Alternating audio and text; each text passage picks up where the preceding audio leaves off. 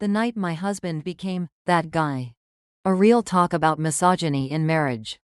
How a casual dinner turned into a wake-up call, and why I decided to speak up. I've always had a sense of humor, but there's one type of joke I simply can't stomach, the misogynistic kind. Today, my husband discovered just how much those jokes don't sit well with me. An ordinary evening turns eventful. It all started like a relatively casual evening. We had a few rough days this week with our kid at home sick, so evenings are undoubtedly tiring. And since cooking takes time and effort, especially under such circumstances, we eat out. My mom just arrived today to give us a hand for the remainder of the week, so we all headed out to get some fresh air and dine. My husband decided to try out a restaurant we had just passed by this evening.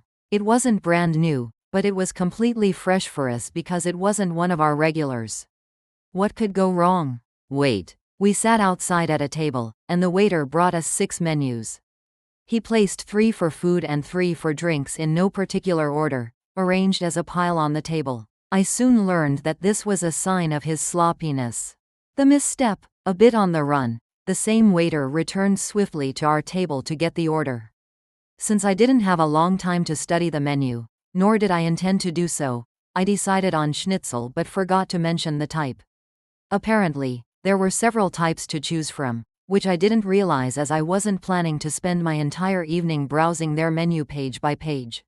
So, when the waiter asked me which kind, I stumbled for a second, but this was enough for my husband to snark about me being unprepared, asking me patronizingly in front of everybody, "Is this how you order?"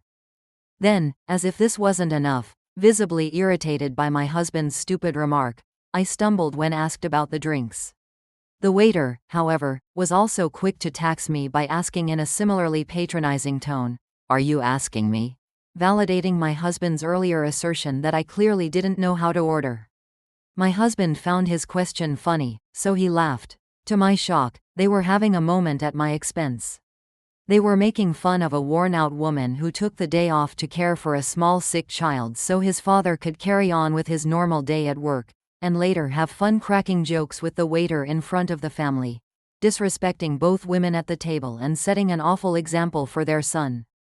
A moment of reflection. My blood pressure was likely off the roof. I could feel my cheeks burning and my heart pounding. I could have smashed something right there. To my better judgment, I got up and left the table, the restaurant even, refraining from making a scene. I couldn't believe it. What the fuck just happened? I couldn't have been mad at the waiter. My husband enabled him. Confrontation at the table. I wanted to move on, but I couldn't risk letting this one go without clarifying what the fuck happened and ensuring this won't ever happen again. I confronted my husband about this and told him how I felt. I felt deeply disrespected and disappointed by his behavior.